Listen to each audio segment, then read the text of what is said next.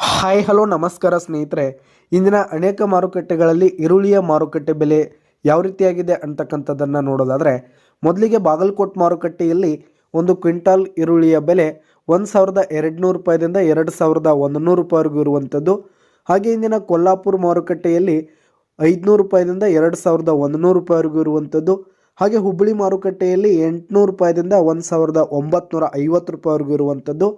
ಹಾಗೆ ಇಂದಿನ ಬಾರಾಮತಿ ಮಾರುಕಟ್ಟೆಯಲ್ಲಿ 500 ರೂಪಾಯಿದಿಂದ 1800 ರೂಪಾಯಿವರೆಗೂ ಇರುವಂಥದ್ದು.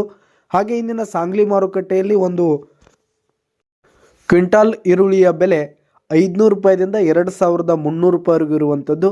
ಹಾಗೆ ಇಂದಿನ ಬೆಂಗಳೂರಿನ ಅನೇಕ ಮಾರುಕಟ್ಟೆಗಳಲ್ಲಿ ಒಂದು ಕ್ವಿಂಟಾಲ್ ಈರುಳ್ಳಿಯ ಬೆಲೆ 600 ರೂಪಾಯಿದಿಂದ 2600 ರೂಪಾಯಿವರೆಗೂ ಇರುವಂಥದ್ದು.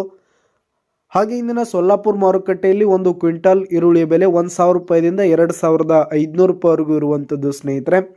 ಹಾಗೆ ಇಂದಿನ ಅಕ್ಲೂಜ್ ಮಾರುಕಟ್ಟೆಯಲ್ಲಿ 600 ರೂಪಾಯಿದಿಂದ 1800 ರೂಪಾಯಿವರೆಗೂ ಇರುವಂಥದ್ದು. ಹಾಗೆ ಇಂದಿನ ಕರಾಡ್ ಮಾರುಕಟ್ಟೆಯಲ್ಲಿ 500 ರೂಪಾಯಿದಿಂದ 1600 ರೂಪಾಯಿವರೆಗೂ ಇರುವಂಥದ್ದು. ಹಾಗೆ ಇಂದಿನ ಪಾಲ್ಟನ್ ಮಾರುಕಟ್ಟೆಯಲ್ಲಿ 900 ರೂಪಾಯಿದಿಂದ 1600 ರೂಪಾಯಿವರೆಗೂ ಇರುವಂಥದ್ದು ಸ್ನೇಹಿತರೆ.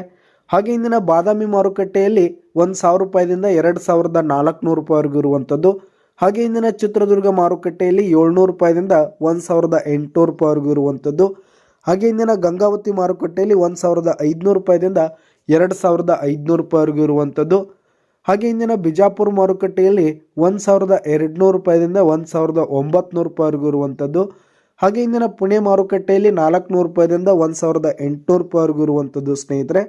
ಹಾಗೆ ಇಂದಿನ ಗುಲ್ಬರ್ಗ ಮಾರುಕಟ್ಟೆಯಲ್ಲಿ 1200 ರೂಪಾಯಿದಿಂದ 2000 ರೂಪಾಯಿವರೆಗೂ ಇರುವಂಥದ್ದು. ಹಾಗೆ ವಿಟಾ ಮಾರುಕಟ್ಟೆಯಲ್ಲಿ 1000 ರೂಪಾಯಿದಿಂದ 2100 ರೂಪಾಯಿವರೆಗೂ ಇರುವಂಥದ್ದು ಸ್ನೇಹಿತರೆ.